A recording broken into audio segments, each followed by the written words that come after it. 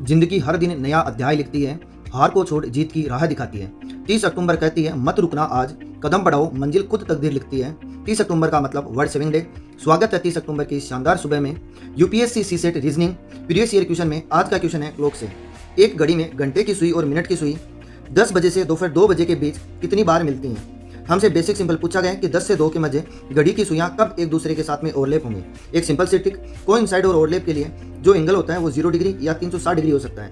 1 over में 1 times ये overlap करती हैं, 12 ओवर में 11 टाइम्स ओवरलैप करती हैं, 24 ओवर्स में 22 टाइम्स ये ओवरलैप करती हैं। मैंने दिक्कत होती है कि यहाँ 11 टाइम्स होगा कि 12 टाइम्स होगा, तो यहाँ 11 टाइम्स होगा।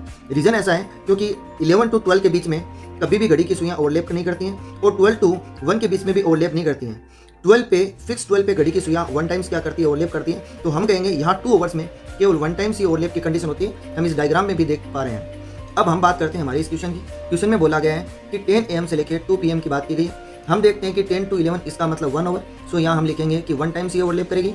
11 to 12 की बात करेंगे तो हमने यहाँ पे पढ़ा, ये बेहद इंपॉर्टेंट टाइम है कि 11 to 12 और 12 to 1 के बीच में केवल सिंगल 1 टाइम्स ही ओवरलैप होगा। तो यहाँ से मैं बात करूँ कि 11 to 1 के बीच में यहाँ 1 टाइम्स ही क्या होगा, ओवरलैप होगा। 1 to 2 के बीच की हम लोग बात करें तो यहाँ 1 टाइम्स क्या होगा, ओवरलैप होगा। तो ओवरऑल हमसे यही पूछा गया है कि एक दिन में ये कितनी बार मिलेंगी दिए गए टाइम ऑफ ड्यूरेशन में। तो यहाँ से हम ओवरऑल कह सकते हैं कि ये 3 टाइम्स क्या करेंगी, ओवरलैप करेंगी। सो हमारा आंसर हो जाएगा ऑप्शन ए, 3 टाइम्स ये ओवरलैप करेंगी। So for notes and any doubts send a message on our WhatsApp number 9216788800।